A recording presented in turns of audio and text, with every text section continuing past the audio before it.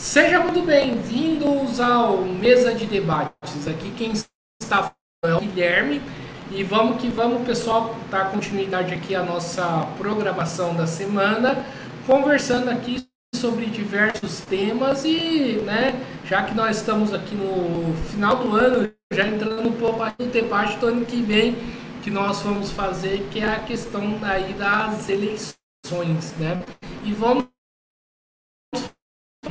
né, com a Débora Lima para falar um pouco aí, né, das pretensões, né, conversar um pouco, né, sobre a candidatura do Guilherme Boulos, um dos prováveis, né, candidatos aí para a prefeitura de São Paulo. Então, sem muita, por favor, fale um pouquinho de nossa.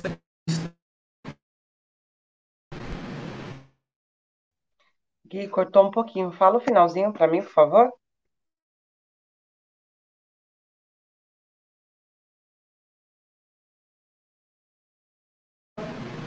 Eu pedi para você se apresentar, por favor. Olá, bom dia a todos e todas. Eu sou a Débora Lima, eu sou coordenadora nacional do MTST e sou presidente do pessoal aqui no estado de São Paulo.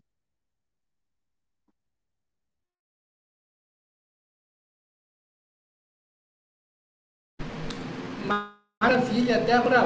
Débora, começando aqui o nosso debate, né?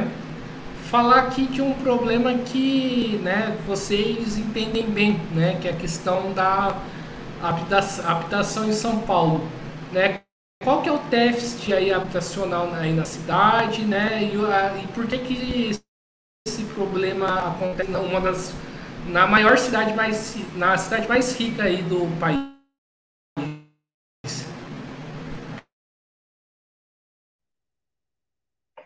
Oi, em números exatos, eu não peguei o último censo, mas eu sei que nos últimos tempos esse déficit habitacional ele cresceu muito, né? Após a pandemia já tinha um déficit habitacional, esse déficit cresceu muito após a pandemia. É, e, e também aqui na capital de São Paulo, onde eu moro, né, a gente vê um aumento também muito grande de pessoas em situação de rua. Antigamente, quando a gente ia para o centro, a gente via mais a figura de homem em situação de rua. Hoje, a gente já andando pelas ruas, a gente vê é, uma família, né? E a gente vê mãe com as crianças, então nesses últimos tempos, pela falta de política habitacional, teve um aumento muito grande do déficit habitacional. É, Na nossa avaliação como movimento de moradia, Guilherme, esse déficit habitacional ele aumentou pela falta de investimento de políticas públicas habitacionais. Né? Aqui no Brasil, né, a gente tinha, antes do Bolsonaro, Minha Casa Minha Vida. Quando o Bolsonaro assumiu o poder, ele acabou com Minha Casa Minha Vida, colocou Casa Verde e Amarela, que era um programa de financiamento bancário, né? E aonde as pessoas que. A maior parte do déficit, Guilherme, é bom até situar aqui, são as pessoas que ganham de 0 a 2 salários mínimos. Né? São pessoas, são trabalhadores e trabalhadoras que passaram sua vida toda trabalhando, só que não conseguem chegar ao final do mês e pagar o aluguel. Né? Pagar o aluguel não, comprar uma casa, porque tem que pagar o aluguel, tem as despesas de casa, e aí a ausência de políticas habitacionais voltada para essa turma, né, para esse déficit habitacional, faz com que permaneça quem já está e aumente esse déficit habitacional. Então, o que a gente que é da luta de moradia tem de perspectiva referente a esse tema, em primeiro, agora, graças a Deus, a gente viu uma luz no fim do túnel a nível federal, que é, de novo, o presidente Lula lançou, o Minha Casa Minha Vida. A nível estadual, tem algumas iniciativas do governo do estado, mas bem pouca, para a contratação de moradias, para atingir esse público. O governo estadual dá mais prioridade para fazer programas para empreiteiras, para esse mercado aí. Não dão tanta prioridade para fazer via instituição, via movimento social, também não dão muita prioridade para construir moradia para esse público, né? E aqui na capital de São Paulo está mais difícil ainda, né? O atual prefeito, que ninguém lembra o nome dele, o Nunes, ele fez criou uma grande expectativa na população, falando de uma política habitacional que se chama o Programa Pode Entrar. Só que até o exato momento a gente vê ele contratando empreendimentos de empresários, de empreiteiras, e a gente não vê ele contratando empreendimentos de movimento, de entidades, a gente não vê ele fazendo investimentos na Coab, e aí com isso acaba, de certa forma, também não atendendo o déficit habitacional. Então, para que ter um programa habitacional, uma política habitacional que não vai dar conta do déficit habitacional? Então, isso é a realidade que a gente está aqui, né?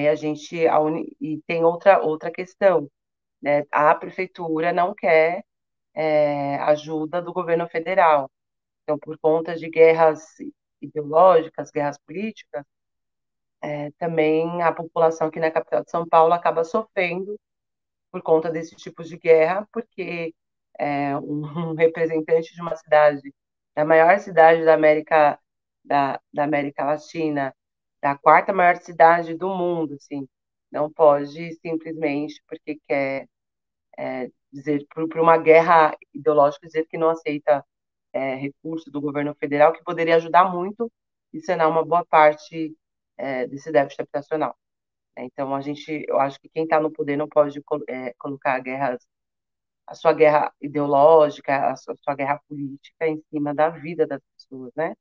Tem sim a, as eleições, campo democrático, onde tem as divergências, mas uma vez que uma pessoa senta numa mesa no executivo, ela tem como principal dever trabalhar, governar para todos, né? E buscar recursos da onde tiver que vir para o bem da população. A gente está com esse desafio aí na moradia. A única esperança que a gente tem, a princípio, é via governo federal, né? Governo estadual e municipal está difícil. Até mesmo o governo municipal tendo uma política habitacional, mas não está contratando moradias para diminuir esse déficit habitacional, diminuir a maior parte desse déficit habitacional.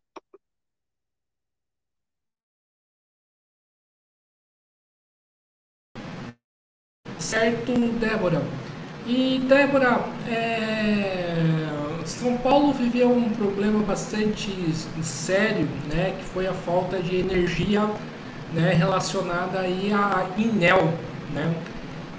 Como que você, né, e, né, problema, né, com essa questão?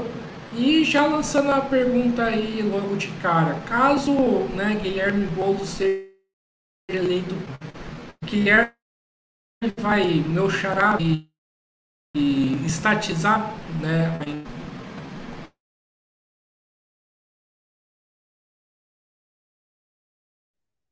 Vamos lá. Referente à Enel, a gente vê que o quanto o serviço de privatização ele acaba sendo precarizado, né? Então, não é de hoje que a gente vê muitos da população aqui na cidade de São Paulo, no estado de São Paulo, reclamando da energia. Quais são as reclamações que a gente, como movimento social, acaba escutando? Reclamação de uma conta de luz abusiva, né, muito cara, as pessoas têm dificuldades de, quando querem fazer acordo também nos juros, a Enel é muito abusivo. Reclamação da demora do atendimento da Enel, tanto na linha online, quanto quando fala que aconteceu, porventura, algum acidente e precisa a luz ser estabilizada, assim. Não é de imediato, você tem uma demora. E tudo isso, no meu ponto de vista, é reflexo da privatização, né, de um bem comum, importantíssimo, que não deveria ter acontecido. A gente viveu uma crise climática, sim, mas a gente não pode colocar culpa apenas no meio ambiente, né, nessa catástrofe que aconteceu. Acho que nem se pode colocar culpa nisso, né, porque uma empresa que realmente se preocupe com a população deveria, do nosso ponto de vista, eles sabiam desses ventos, sabiam do que ia acontecer, eles poderiam ter um plano de ação mais eficaz. Então, a gente teve pessoas que ficou 6 dias sem ter energia, pessoas que acabaram perdendo o seu alimento, boa parte dessas pessoas da periferia pegou seu único dinheirinho que tinha, encheu lá sua geladeira de mistura, comprou um monte de coisa, colocou na geladeira, e acabou sendo perdido, e que essas pessoas não terão dinheiro para comprar de novo. Tive muitas pessoas que reclamaram também de perdas de remédios, né, que precisam ficar, fora perdas de eletrodoméstico, que também é uma burocracia para que as pessoas possam conseguir de volta. Isso tudo para a gente é um reflexo de uma má gestão, assim, a Enel nos últimos anos mandou embora quase 36% dos seus trabalhadores, teve uma diminuição. A gente sabe que empresas privatizadas, né, empresas com concessão, visam, não tem como dizer que não, nenhuma empresa vai pegar um negócio que não tenha lucro.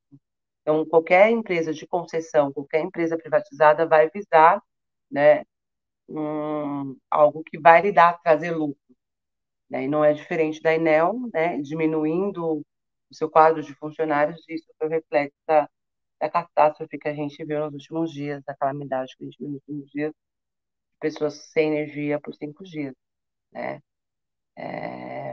Então, eu acho que o caminho é a estatização, sim, desse bem, que é muito importante, sim. Os relatos que a gente tem da classe trabalhadora, do povo da periferia, que o pessoal preferia muito e gostava mais quando era na época da Eletropaulo, né? As contas eram menos caras, o serviço era mais rápido, né? Então, pela população, assim, a população não está feliz com a Enel, mas também a catástrofe que aconteceu, né? O que aconteceu, a gente não pode jogar apenas na culpa da Enel, né? O que é o que está acontecendo e que o atual prefeito Ricardo Nunes está fazendo, né? Inclusive soltou notinhas aí também falando que, ia, que não ia ter mais concessão com a Enel, coisa e tal, querendo jogar a culpa, toda a responsabilidade do acontecido com a Enel. A gente sabe que também boa parte da responsabilidade do ocorrido é por conta da falta de manutenção, né, das árvores, né? Então, muitas árvores aqui na capital de São Paulo acabou caindo, acabou árvores que, tipo, não estavam tendo poda, árvores com cupins, e que isso é uma responsabilidade da prefeitura, não da Enel. Eu estive presente numa manifestação da Enel no quarto dia, onde eu tive a oportunidade de cobrar essas pessoas, e aí por isso a gente também tem que prestar atenção também nos culpados. Então, assim, quase 70% da falta de energia foi por conta de árvore caída, e quem é responsável pelas árvores da cidade de São Paulo é a prefeitura. Então, teve falha da Enel, teve falha da prefeitura, e o que a gente vê é, por conta, o que a gente vê quando a gente foi cobrar lá a Enel, né, que esclarecesse, tirar essas dúvidas, a gente vê tanto a prefeitura quanto a Enel tirando das suas responsabilidades. O presidente da Enel falou que não tem que pedir desculpa porque foi uma catástrofe, climática que aconteceu. Não reconhece que uma empresa do tamanho de uma empresa aqui numa cidade tão importante, tinha que ter um plano de ação e não podia, assim, não podia deixar com que as pessoas ficassem tanto tempo sem energia. E a prefeitura não reconhece a responsabilidade que tem com as árvores, e muito pelo contrário, né, o prefeito soltou uma é, que, que, que o certo era cobrar uma taxa da população para o aterramento dos, dos fios, que isso é inadmissível, né? A população já paga uma taxa, uma conta de energia muito alta e, e muitos impostos, né, para a prefeitura. Então, não tem por que essa culpa cair no colo das pessoas. Ah, tá, não quer ficar 5 dias sem energia, então vamos, vamos, paga uma taxa e aterra os fios de vocês. Assim, é muito surreal. Eu não posso responder, Guilherme, pelo Boulos, né? Qual que será a linha de atuação, mas o que eu posso dizer, conhecendo ele, é que, sem sombra de dúvida, será mais favorável para a população, bem comum da população, entendeu?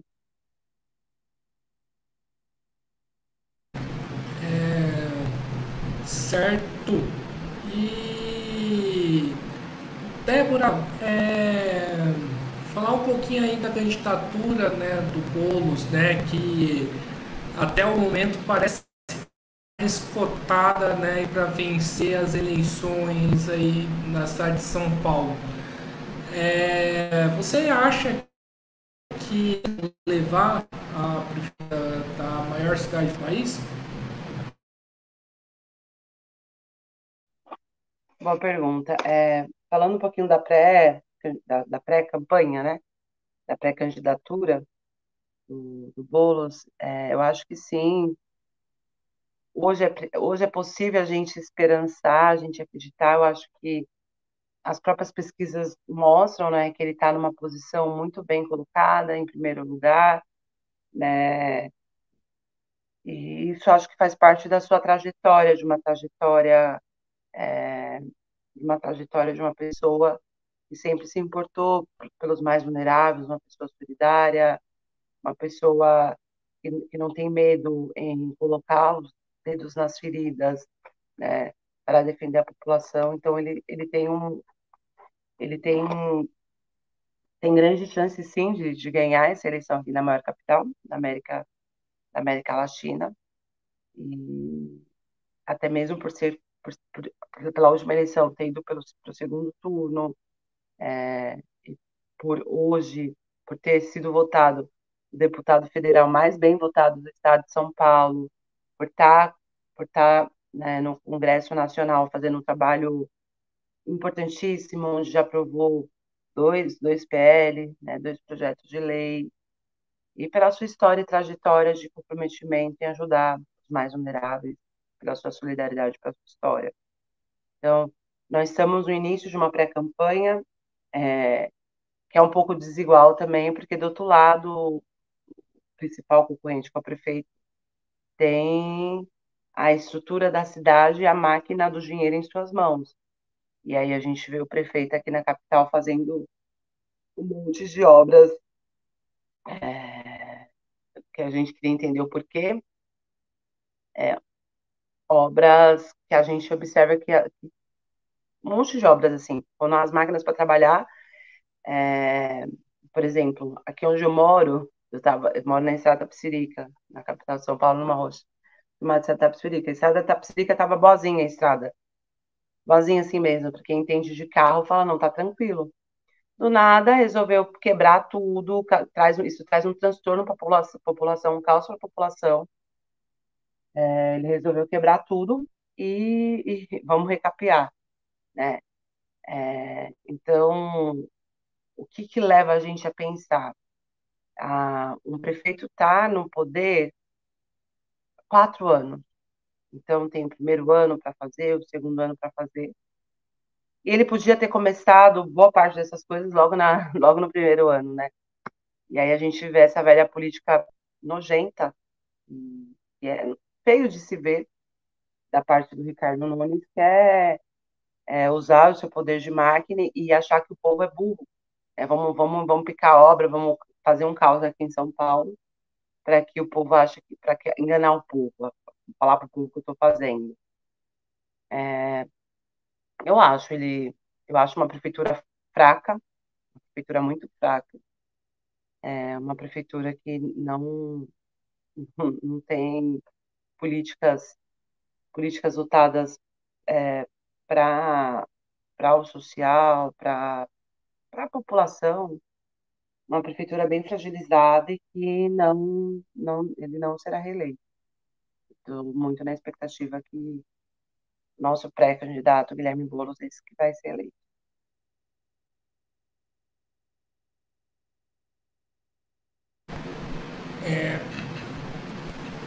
Perfeito, Débora. Débora, a gente sabe, né, da relação próxima, né, que o Guilherme Boulos tem com o governo, né, o mesmo governo que, né, está implementando aí o chamado, né, arcabouço fiscal, né. Qual que é a discussão aí que o pessoal, né, de São Paulo, né, tem em relação a esse tema, que o MTST tem em relação a esse tema e, né, do que você acompanha, qual que é a posição do Guilherme Boulos em relação ao arcabouço fiscal?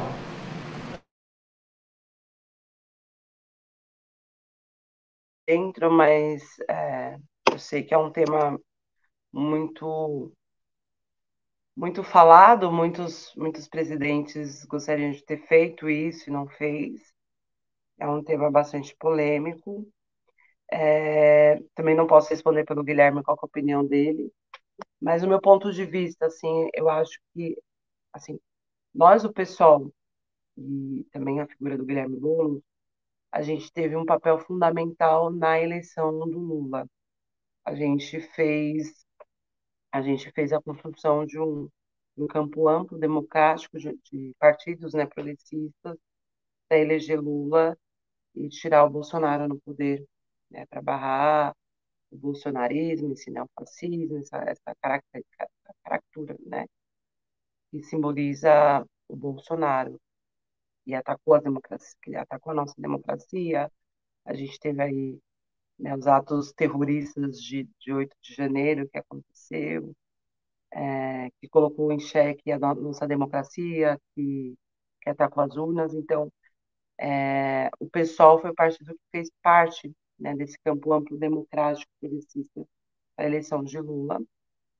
E assim, o Lula acaba, o que eu sei de avaliação é que acaba tendo um pouco de dificuldade, porque ele tem todo um querer de fazer as coisas, mas esse campo progressista que elegeu Lula não é a maioria dentro do Congresso Nacional, né? Então tem as dificuldades também, que muitas das coisas que se almeja é barrado no Congresso Nacional. Mas mesmo assim, Lula está conseguindo, dentro da sua articulação política, fazer muitas coisas de benefícios, de retomadas de direitos sociais do Brasil, que é importantíssima. E acho que é isso, assim. Acabou, se eu não quero debruçar muito, que é um tema que eu sei que é bem polêmico, não quero colocar, mas eu acho que é importante ter, né, passar o arcabouço fiscal, mas um arcabouço fiscal que contém, que seja democrático para todos os lados, né? Não que favoreça apenas um setor. É isso.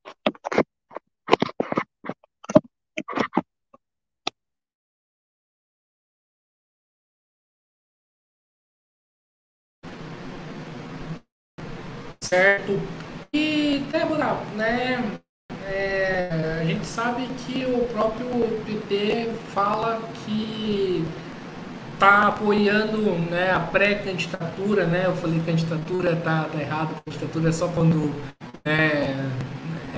outorga aí a participação, né, de uma pessoa nas eleições. Muito fala aí da relação, né, do PT com o pessoal em São Paulo, né, que o PT estaria apoiando, né, a candidatura do Guilherme Boulos. né, primeiramente, como que se dá essa relação, né, entre o pessoal, o Guilherme e o PT de São Paulo, né? Como essa relação é construída? Bom, Guilherme, a gente quer fazer a mesma coisa, a gente quer fazer a construção de um campo progressista, assim como foi a construção desse campo progressista para eleger o Lula. Então, assim, muito se fala, e eu, na prática, posso dizer que o PT está, sim, 100% apoiando essa candidatura.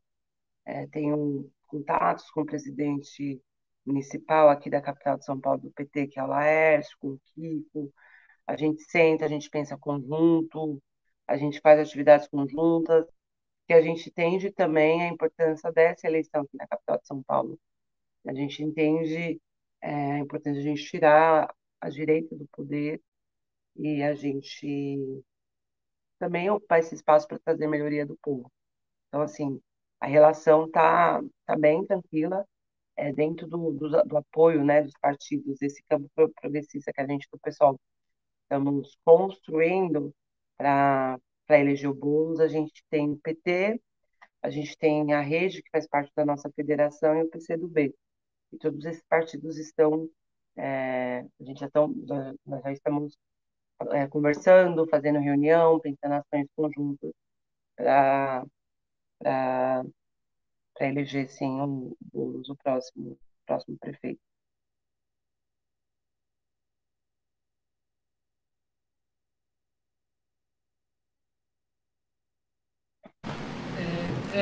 Até falou um pouquinho aí, né,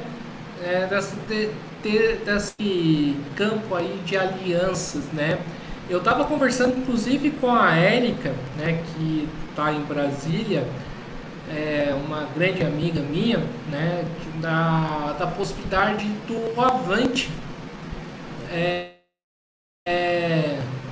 do Avante, né, estar na coligação junto com o Guilherme. A gente sabe que o Avante é tido, né, eu considero o Avante como que vai se dar essa relação, né, entre a pré-candidatura, né, a possível candidatura de Guilherme Boulos, né, um possível mandato e a relação com esses partidos aí do campo da direita? Oi, Guilherme. A Érica também é uma grande amiga minha. Fico feliz de você conhecê-la. Olha, o Avante, por enquanto, não está nesse campo progressista, assim.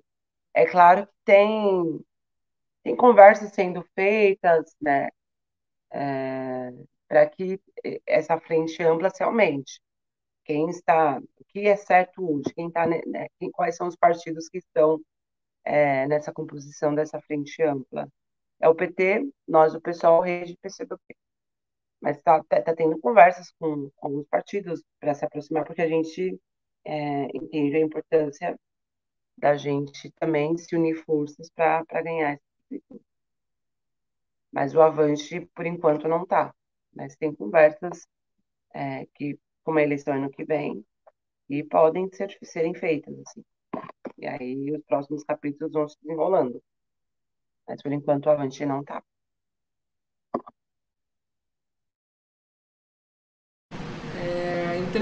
É interessante saber disso, né?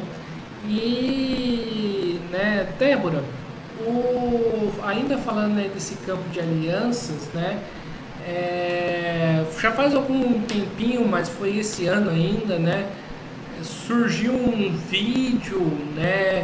Onde, né, supostamente o Guilherme Boulos estaria negociando uma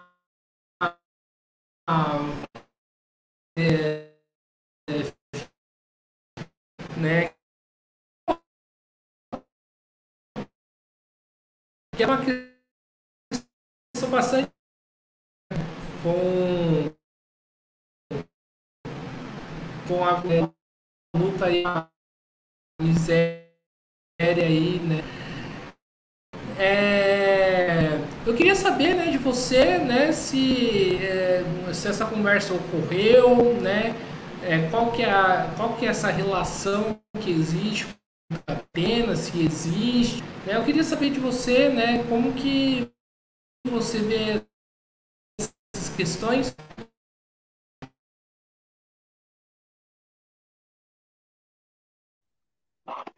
O vídeo existiu e tá lá, né?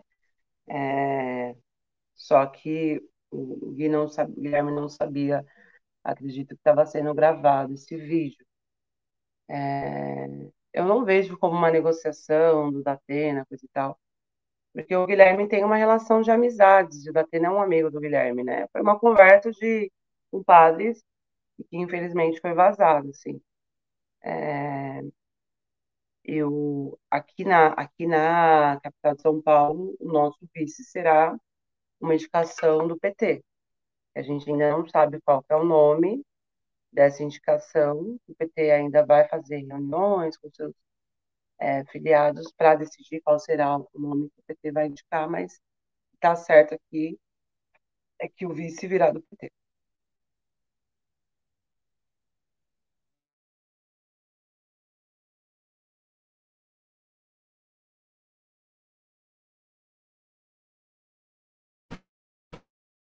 Entendi. E voltando um pouco aí na questão da habitação, né?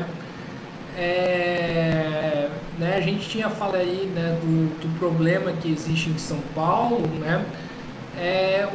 Qual que é a política pública, né, que o Guilherme Boulos propõe para essa questão da habitação, né?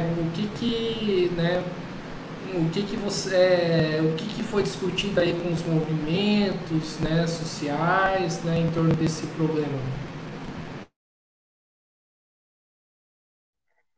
É, a gente, como ainda está num processo de pré-campanha, né, a gente não tem desenhado a política pública, até mesmo porque a gente vai iniciar com os grupos, né, fazendo esse processo de construção de políticas públicas apenas ano que vem. Então, a gente, como partido, a gente não consegue aqui passar para você quais são as políticas públicas de cada área sendo pensada, porque essa discussão só vai acontecer ano que vem.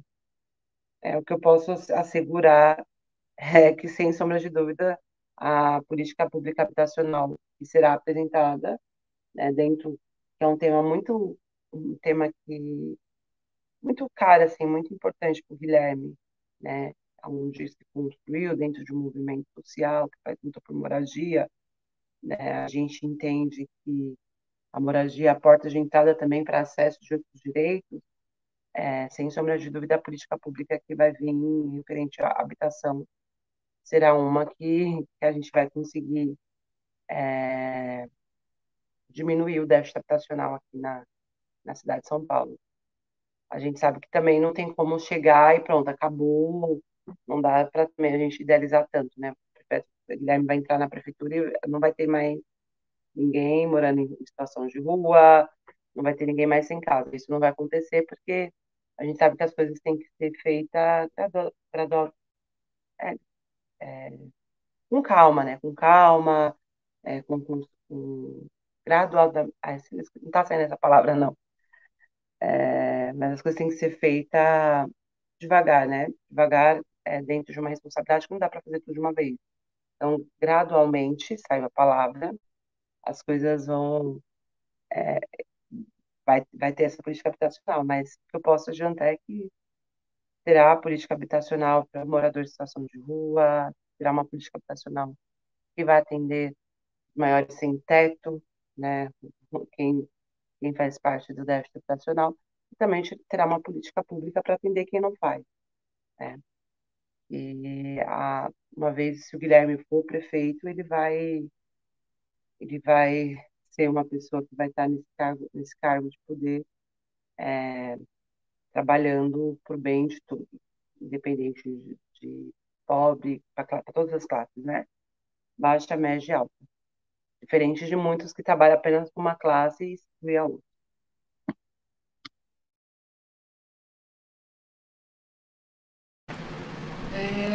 Débora, aqui em São José, né, pô, agora em Jacareí, cidade próxima, né, mas a cidade onde eu moro, em São José dos Campos, tem um problema bastante sério que é a questão da regularização fundiária, né? A gente tem um bairro aqui em São José chamado Banhado que a justiça, né, determinou que regulou mais a prefeitura aqui, né, que é inclusive que do vice-governador de São Paulo não quer regularizar. Como que o MTST, né, e o Guilherme Boulos vê essa questão da regularização fundiária, isso vai ser pautado aí na possível campanha do Guilherme, né, e você, né, inclusive do MTST tem, né, de acúmulo, né, de discussão sobre esse tema. Não, mas o MTST tem grande acúmulo sobre a questão da regularização fundiária. Ela é fundamental. Tem vários locais aqui da cidade de São Paulo que precisa apenas disso, assim, de regularização fundiária, né? Que leva infraestrutura, que organize, porque o povo quer morar e quer morar no espaço, quer morar bem, e quer morar num lugar que eles também tenham a segurança, né? Que seja regularizado. Então, sem sombra de dúvida, será uma política que a gente já faz como um movimento na, no próprio dia a dia, de fortalecer, de pressionar o poder público, né? Para que aconteça regularizações fundiárias em diversos bairros aqui da capital de São Paulo, sem sombra de dúvida, acredito que terá, sim, no programa de governo. Agora, só comentando aqui, uma vez você falou dessa questão da regularização fundiária, a gente tem um grande amigo, que também era do MTST, que é o Guilherme Simões, os Guilhermes, e que ele é secretário da periferia. E tem um recurso, estava disponível aqui para a capital de São Paulo, de recurso em dinheiro a nível federal para urbanização e regularização fundiária. Então, a prefeitura teria que se inscrever, se mostrar interessada, e que esse recurso viria do governo federal aqui para a capital de São Paulo. Não é falta de demanda, a gente sabe, você está falando aí da sua cidade, né, que se tem esse problema, e aqui na capital de São Paulo é o que mais tem, locais que precisam ser regularizados, né, que precisa de regularização fundiária, que precisa de urbanização, e a prefeitura simplesmente não se inscreveu. Foi a única prefeitura do Brasil que não participou de reunião, que não quis se inscrever, que não quis esse recurso. Cara, é doido.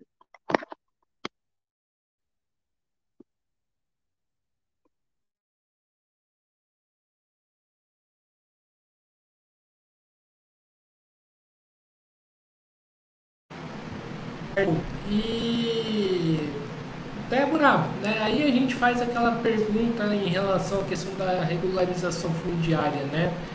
Muitos podem fazer essa pergunta, mas e o dinheiro?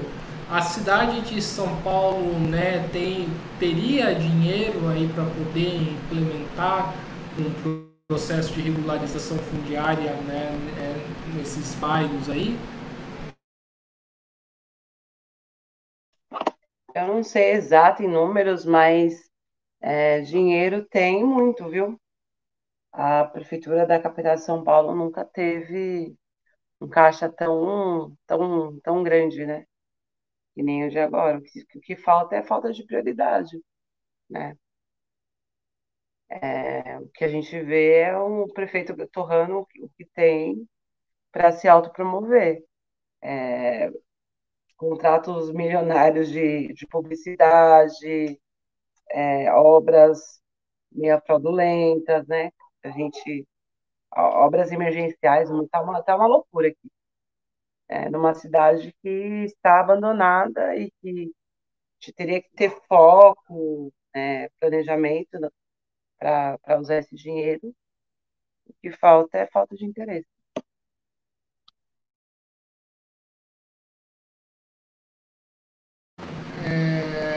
Certo, então vamos aí para a parte final aqui da nossa entrevista, né? Porque já já a gente vai ter outra, né? Falando aí então, né, do clima, né? Que nós estamos vivendo aí uma onda de calor que está praticamente muito instável, né? Se você, né, o TST, todos têm discutido em relação a esse tema, né? E se existe uma pré-campanha, se existe uma pré-proposta, né? Como enfrentar esse problema, claro que não dá para enfrentar no país, mas pelo menos na cidade de São Paulo.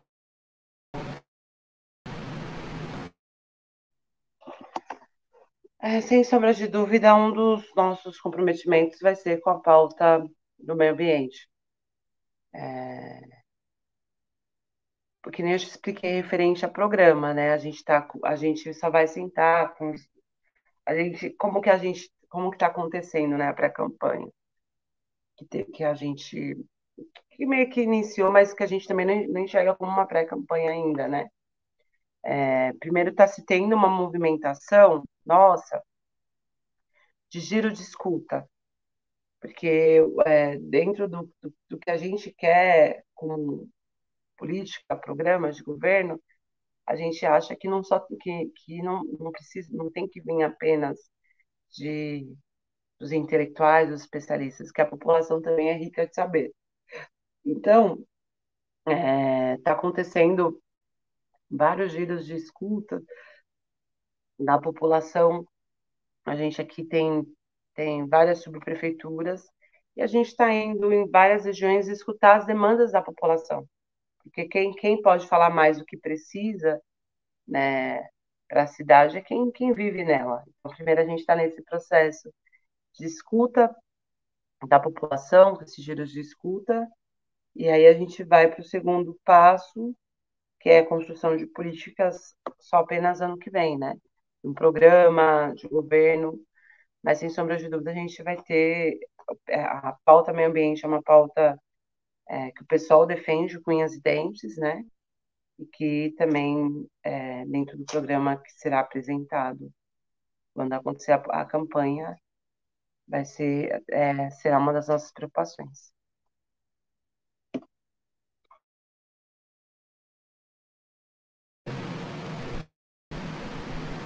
Certo. E, né, Débora, a questão, né, da mobilidade urbana, né? A gente sabe que o preço aí do ônibus está caro, E o pessoal tem como proposta, né, a questão da tarifa zero, né? Do passe livre. Como, primeiramente, como implementar isso na cidade de São Paulo? É possível, né? E né? Como que você vê essa questão aí da mobilidade urbana?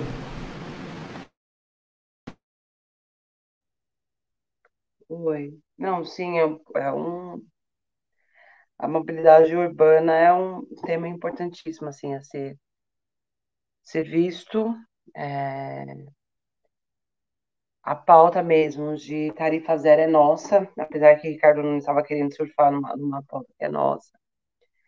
A gente vê que é possível, sim, dá para fazer aqui na capital de São Paulo, só que tem que ser feito algo também de forma devagar, né? Gradualmente, que não dá simplesmente para do dia para a noite a gente dizer que agora ninguém paga mais energia, porque isso também vai colapsar, né? O, o transporte público, né? Então, a gente acredita que dá para ser implementado, mas tem que ser algo feito devagarzinho, né? Primeiro, se libera passagem livre nos finais de semana, libera passagem livre para determinado público, e aí a gente vai testando, até mesmo porque senão a gente pode colapsar o metrô, o CPTM, que também não vão estar nisso, né? Então a gente pode trazer um público que antes utilizava linha de metrô para utilizar só ônibus, aí porque o ônibus não vai estar pagando, isso aí também pode trazer um caos. Então tem que ser algo orquestrado de forma devagar para não colapsar o sistema.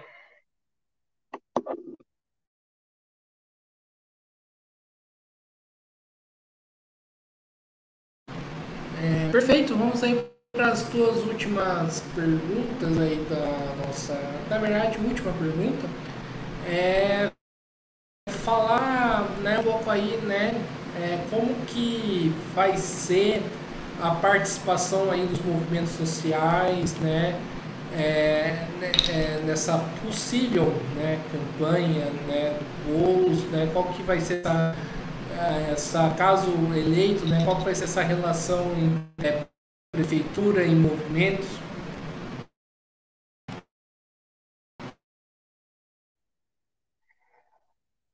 Para quando iniciar a pré-campanha, será fundamentais, serão os movimentos sociais que vão potencializar, são os movimentos sociais que estão do lado da base, da periferia, e que vão ter o papel de trazer demandas, de esquentar essa base, de ganhar mentes e corações.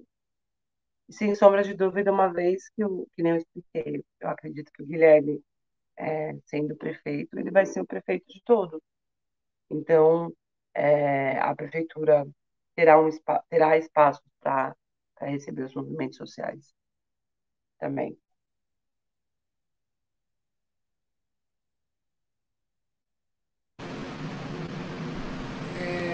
Perfeito, então vamos aqui encerrar mais uma entrevista do Mesa de Debates.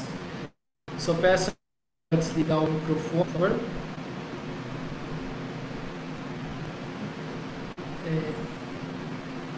Isso. Então estamos iniciando aqui nosso podcast. Quero aqui a participação da Débora. Acho que deu para, né, pelo menos preparar, né, as discussões aí que vão vir, né, pro ano que vem. E, né, muito obrigado e passo a palavra aí para a Débora fazer suas considerações finais.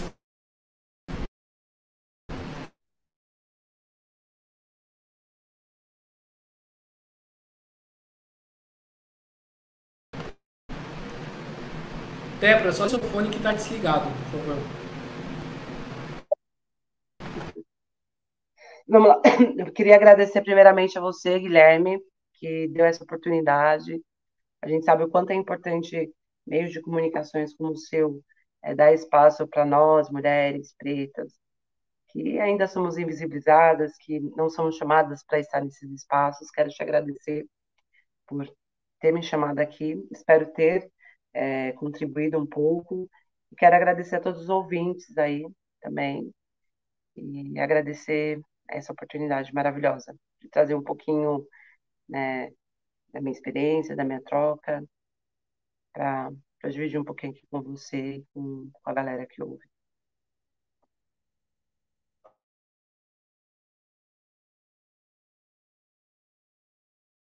Aí, né, estamos acabando aqui com mais uma entrevista. Novamente, agradecendo a Débora, né, também agradecendo a você que nos acompanhou até aqui. Lembrando sempre aí, se inscreva, né, no canal podcast Mesa de Debate. Acompanhe o nosso trabalho. Estão no canal esse e outros mais, né? Segue a gente nas redes sociais também, Facebook, Instagram e também estamos no TikTok.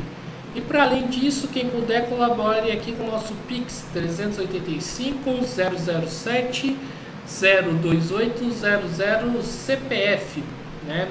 Repetindo, 385 007 028 00 CPF. E também nós estamos aqui no Padrim, www.padrim.com.br/podcast Mesa de Debates.